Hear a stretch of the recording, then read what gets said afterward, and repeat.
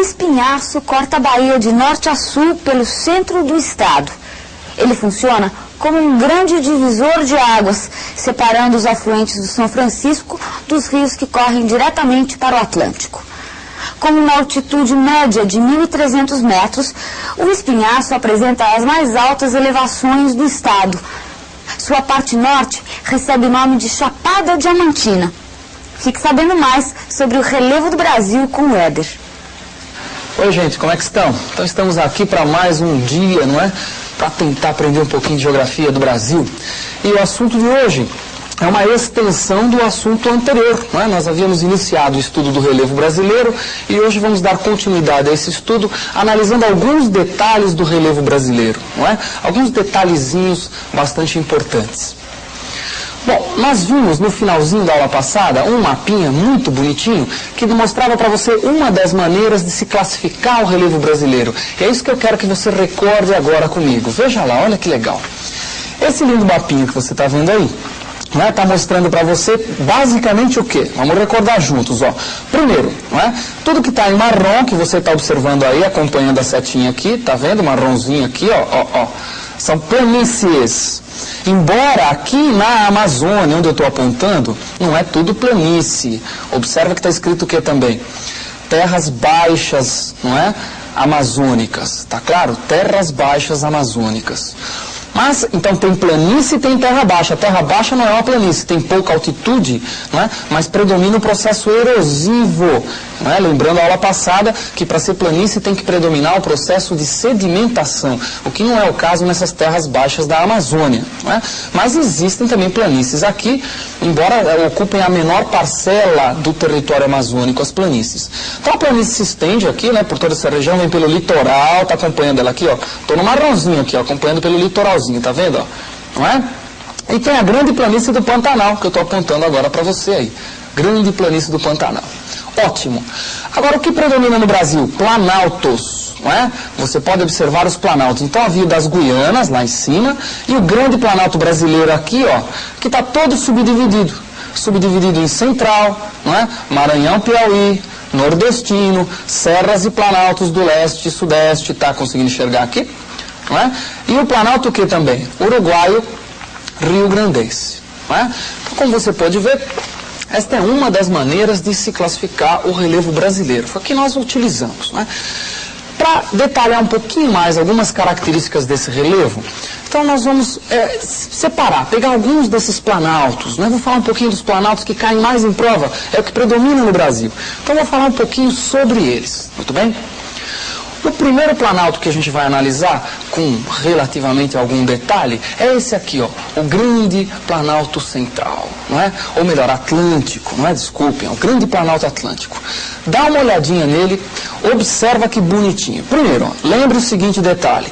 No mapa anterior, não é? Este Planalto Atlântico aqui que você está vendo, que vem desde o Nordeste, não é?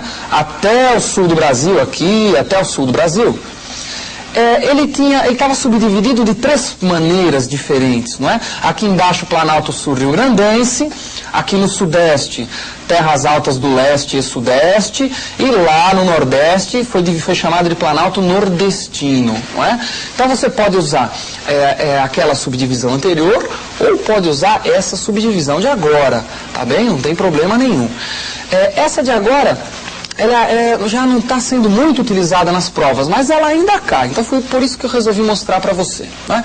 Então volta de novo, olha de novo esse lindo planaltinho. Veja que interessante, olha lá. O Planalto Atlântico ele é um dos mais acidentados do Brasil. Não é? Então o que você está vendo aí, o que a seta está mostrando para você, é uma grande chapada que é típica do Planalto Atlântico lá no Nordeste, né? Também chamado de Planalto Nordestino. E esse Planalto Atlântico, a porção mais acidentada nele é exatamente aqui no Sudeste, onde você está vendo é a Serra da Mantiqueira e a Serra do Mar, muito conhecida de todos, que é exatamente o que eu estou apontando para você agora aí. Não é? Então, guarde isso, é o planalto mais acidentado do Brasil, tá bem? Ele é muito acidentado e ele tem uma forma muito típica que nós denominamos de mar de morros, não é? Então, mar de morros, que é algo parecido com isso aqui, olha que bonitinho, não é? Então, esse é o mar de morros do Planalto Atlântico. Então, não esqueça, é o mais acidentado do Brasil, particularmente na região sudeste. Tá claro? Ótimo. Outro planalto que costuma cair bastante em prova é o Planalto Central. Não é? Ele também é muito extenso e ele tem uma peculiaridade, ele tem uma característica que vai fazer com que ele seja muito diferente do Planalto Atlântico. Porque na cabeça de algumas pessoas fica assim, se o Brasil é todo planalto, para que eu subdivido os planaltos? Ora, a gente já discutiu sobre isso na aula anterior. Nós subdividimos os planaltos porque eles têm características diferentes. Embora em todos eles predomine o processo erosivo, por isso são planaltos, eles têm diferenças, por exemplo, no tocante às altitudes e no tocante à forma, não é, da superfície. E o Planalto Central, ele tem uma forma toda especial. Dê uma olhadinha no Planalto Central, relembra a área de ocorrência dele. Se você esqueceu, dá uma olhadinha, olha que legal, veja lá. Planalto Central, então a área de ocorrência tenta acompanhar essa linha aqui, não é? Acompanha essa linha, você vai ver todo o contorno que ela faz, não é? E delimitado aí o Planalto Central. Vou tentar acompanhar a linha com vocês, ó. Você vai junto comigo lá, ela está subindo aqui, não é? Aí tá, aí vem para cá, vem para cá, vem para cá, pra cá. Acompanhou? Delimitamos o Planalto Central, ele está aqui no meião, não é? Isso que você está vendo anotado no Planalto Central são chapadas, não é? Grandes chapadas. Esse daqui é chamado de espigão mestre, esse que eu estou apontando. Ele é um grande divisor de águas entre o Rio São Francisco, que corre do lado de cá, e o Rio Tocantins, que corre do lado de lá onde está a flechinha aqui. Então, Tocantins de um lado, São Francisco do outro. Quem divide isso? O espigão mestre. É um conjunto de chapadas, não é? Que nós chamamos de chapadões. Existem várias dessas chapadas no Brasil Central. E para você ter uma ideia, você fala o que é uma chapada, você pode não entender. É muito diferente do Mar de Morro, mas muito diferente. Como você percebe que é diferente? Olha esse belo esqueminha aqui, veja só. É o chamado planalto típico, que nós chamamos também de chapada. No Brasil Central, muito comum esse tipo de paisagem, né?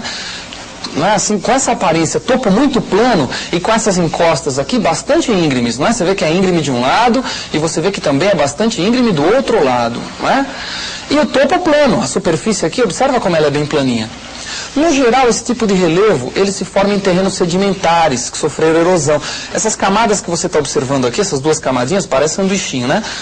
Ilustra, né? Está querendo representar para você que a superfície desses planaltos é composta de terrenos sedimentares. Muito bem? Então, superfície com terrenos sedimentares.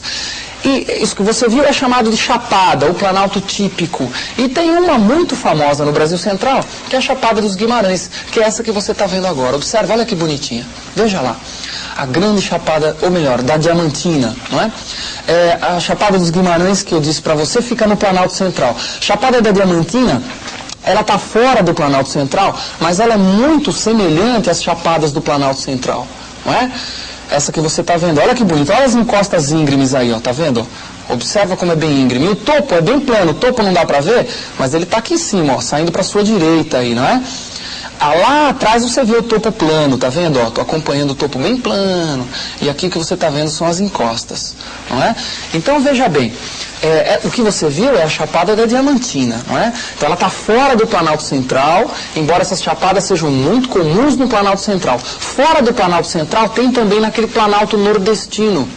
Tá bem? Então essa chapada da Diamantina que você viu, ela fica no Nordeste, não é? No sul da Bahia, tá certo?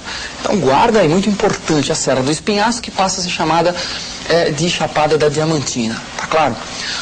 Um outro relevo que aparece muito, não é, em prova, é o Planalto Meridional, que é o último que nós vamos analisar. Então você vai dar uma olhadinha na área de ocorrência do Planalto Meridional. Veja lá, olha que legal. Planalto Meridional, observa a ocorrência dele. Vou acompanhar aqui a linha. Vê comigo aqui, ó. Tá vendo? Tá contornando comigo a linhazinha, ó, que legal. Planalto Meridional. Ora, o que quer dizer meridional, hein? O que quer dizer meridional, vocês sabem? Meridional quer dizer sul, não é? Meridional quer dizer sul. Então você fala assim, Planalto Meridional é o planalto que está no sul. Mais ou menos, não é? Mais ou menos. Ele fica no sul, sim, do território brasileiro, mas não é na região sul. Toma muito cuidado com isso. Tem muita gente que na hora que vai fazer uma prova, ele pensa assim, só tem Planalto Meridional na região sul. Então em São Paulo não tem, em Mato Grosso não tem, Mato Grosso do Sul, em Goiás não tem. É só do Paraná para o sul. E tá errado, olha de novo a figura. Veja lá que bonitinho. Olha a área de ocorrência, ó. Tô aqui em Minas Gerais. Tô aqui em São Paulo, toda a parte oeste de São Paulo, você tem a presença do Planalto Meridional. Esse Planalto Meridional que você está observando, ele é marcado por dois tipos de terrenos geológicos que vão se alternando, não é? Que são os terrenos sedimentares e terrenos vulcânicos. Esses terrenos sedimentares e vulcânicos, eles promovem, né, eles fazem com que ocorra nessa área uma forma de relevo totalmente diferente da que nós observamos no resto do Brasil, que é o que nós chamamos de cuesta. Então veja bem, ó, cuesta, típica do Planalto Meridional. Dá uma olhadinha nela, olha que bonitinho, ó. Um diagrama de uma cuesta. O que é uma cuesta? É uma serra, não é, que está representada nesse bloco diagrama para você. Então observa aqui, ó, essas camadas, aqui, essa camada que eu estou mostrando para você, seria uma camada de rocha sedimentar. Que aqui, nessa ponta, como ela aflora, ela sofre muita erosão. Então essa encosta fica íngreme. Tá vendo como está íngreme? Ó, essa encosta íngreme aqui, ó, não é? Muito descida. Enquanto que essa outra parte mais clarinha aqui, que eu estou com a setinha agora, ó, vamos pular direitinho, exatamente lá, viu? Ó, essa parte mais clarinha é composta de terrenos vulcânicos, o que nós chamamos de basaltos. Então essa área, essa rocha é uma rocha mais resistente do que a rocha de baixo. Então o basalto que você está vendo aqui em cima é mais resistente do que o arenito que você está vendo aqui embaixo. Então ele sofre menos erosão. Por isso que essa encosta aqui, ó, que eu estou passando a setinha para você, ela é pouco íngreme, não é? Enquanto que essa daqui é bastante íngreme. Então isso é o que caracteriza uma cuesta. Não é uma serra, uma espécie de uma serra, com uma encosta íngreme de um lado e suave do outro lado, não é? E por que fica assim, íngreme de um lado e suave do outro lado? Ora, fica dessa forma porque a parte que é íngreme tem uma rocha mais suscetível ao processo erosivo, então ela desgasta mais. E a parte que é suave é a que tem o basalto, que é menos suscetível ao processo de erosão, então desgasta menos. Tá claro? Então essa é uma característica típica do Planalto Meridional, presença de cuestas em função da presença dos terrenos sedimentares, uma rocha arenito, não é uma rocha sedimentar, e terrenos vulcânicos basálticos. Por isso a gente chama também esse Planalto Meridional de Planalto Arenito Basáltico. Não é bem sinônimo, não é? Mas o Planalto Arenito Basáltico, ele está dentro do Planalto Meridional. Lembra que não é privilégio da região sul, não é? Esses detalhezinhos que você viu hoje, eles sempre são abordados em prova, não é? Então você trata de guardá-los, que com certeza você vai encontrar com um deles aí pela frente e vai tirar de letra. Tudo bem? Então, até a nossa próxima aula. Até lá.